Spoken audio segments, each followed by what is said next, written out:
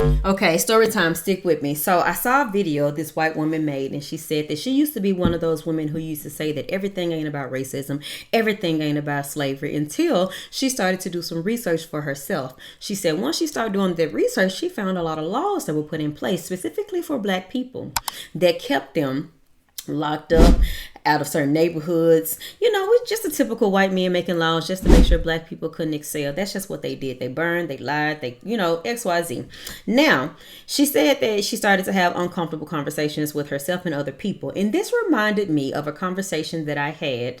I was waiting at a doctor's office with my husband, and he had to go get seen. And I was just reading this article about a man who had been wrongly accused of a crime. And so in the waiting room, there's a group of people. It's like 3 older women. It's like a man and a woman and her brother, and they're like in their 70s, on up, just a little older. There was another woman off to the right, a 50-year-old-ish white woman, and then it was a young girl who's probably like 20-some, 30 years old.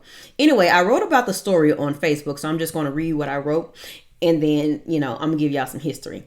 Because this is an uncomfortable conversation that I love to have, because I love history. We have to know our truth instead of opposing it. Question, why are you opposing it, and learn about it. So boom, it's 3 individuals to my left. This was me in the waiting room reading. It's 3 individuals to my left, 2 to my right, and 1 in front of me. I'm the only black person in there, and the story I'm researching is of Tommy Lee Walker, and a racist Dallas district attorney who had him executed for a crime he did not commit in 1953. Anytime I would look up while I'm in the waiting room, the older white woman would make eye contact with me and smile. I smile back and resume my investigation, baby, because I'm all in. So I'm going to call her Sally. So I know Sally want to say something, because that tends to be what happens to me whenever I'm waiting somewhere. No lie. People just want to have a conversation with me. So I accidentally dropped my phone. At this point, Sally saw I dropped my phone. She looked at me, and baby Sally did not release eye contact. So then Sally says, "Oh, you dropped your phone there. What are you, a writer?" I said, "No, I just like researching history." So I put my head back into my book and I started to write. Sally says, "What kind of history?" I'm thinking, oh shit, but okay, let's go. I said, "History of untold stories, of unknown injustices, and bringing the truth to people who follow me." Sally says, "What are you working on now? What's the story?" I said, "Have you heard of Dallas DA Henry Wade?" Sally says, "Yes, I remember him. He was serving when Kennedy was shot." Now, mind you, I told you Sally and the 2 men that's next to her are a little older. I said, "Well, the article I'm reading talks about his abuse of power while he was DA, especially towards black men. Tommy Lee Walker was a 19-year-old innocent black man that was coerced to sign a confession and promised that he was going to receive help, only for DA Henry Wade to take his confession and present it to an all-white jury as the evidence of his guilt." At this point, everybody in the waiting room looking at me, especially the lady at the receptionist too, I mean. So I continued on. I said, "A 31-year-old white woman named Venice Parker was leaving work and decided to catch a bus with cheaper fare. Unfortunately, someone grabbed her, brutally assaulted her, and slit her throat near the Dallas Love Field Airport. An airport worker was making his rounds and found her. He said she was bloody and crawling on her hands and knees. He then ran to her and asked her what happened. He said that she could only mutter the words, 'I've been stabbed,' before passing out while putting her in his back seat. So then the worker started to drive back to the airport, because he worked at the airport, and this is where she ended up getting stabbed at, because he knew that there was going to be help there. During that time, Venice Parker was compulsively kicking and pulling out blood until her body became still. She was gone. He arrived at the airport, and several minutes later, police came. Witnesses said it was already too late. Like, people were already telling the police officer, she's gone. However, this particular police officer, J.W. Gallagher, who arrived on the scene several minutes after, stated she rose up, coughed, and spoke to him clearly, saying, "A Negro took me under the bridge and cut my throat." Now the older man in the waiting room, he like, "Oh no." So the younger woman to my right, she was like, "But she was dead." I said, "So stick with me." I said, "Well, as the days passed, there were no answers or evidence to point anyone to her murder.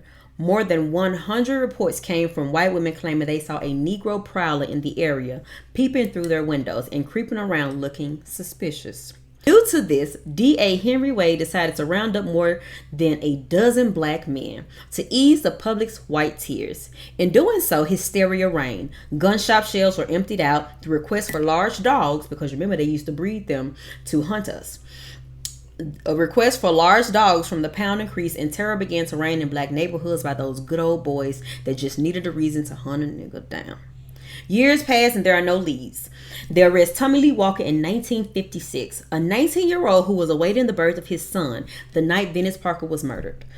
Thinking he was about to be questioned about a robbery at a store he used to work at, sadly turned into a nightmare for Tommy Lee Walker.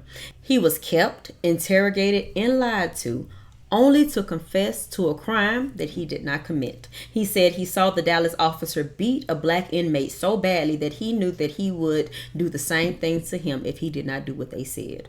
Tommy Lee Walker had 9 witnesses who placed him 5 miles away from the murder scene, even the ambulance who came to pick him and his pregnant girlfriend up to deliver their baby, Edward. But none of that mattered. It didn't matter that there was no evidence, no witnesses placing him at the scene, but false stories and narratives. It definitely didn't matter to D.A. Henry Wade, who used his power to persuade the jury that, without a shadow of a doubt, Tommy Lee Walker killed Venice Parker. He was a ruthless animal, despite never having a record or anyone speaking ill of him. Not even 3 months after he was arrested, Tommy Lee Walker was sent to the electric chair in front of his family and his then 2-year-old son, Edward. His life was gone to ease white tears.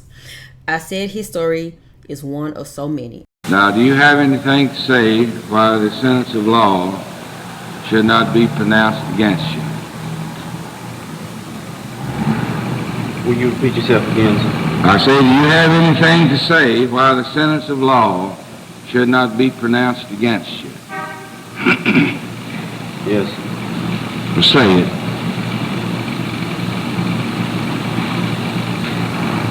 I feel that I have been tricked out of my life.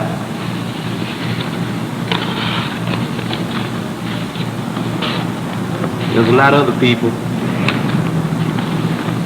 that have been convicted for crimes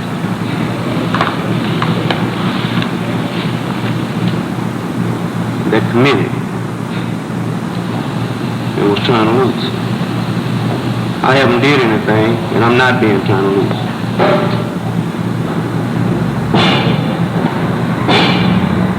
That's all. That's all you have to say.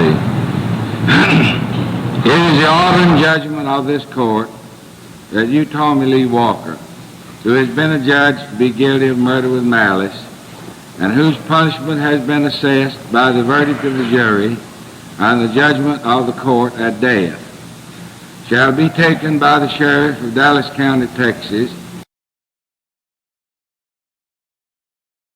The said warden is hereby directed and commanded to pass and cause to be passed through the body of you, Tommy Lee Walker, a current of electricity of sufficient intensity to cause the death of you, Tommy Lee Walker, and to continue to apply and continue to pass and cause to be passed said current of electricity through the body of you, the said Tommy Lee Walker, until you, the said Tommy Lee Walker, is dead.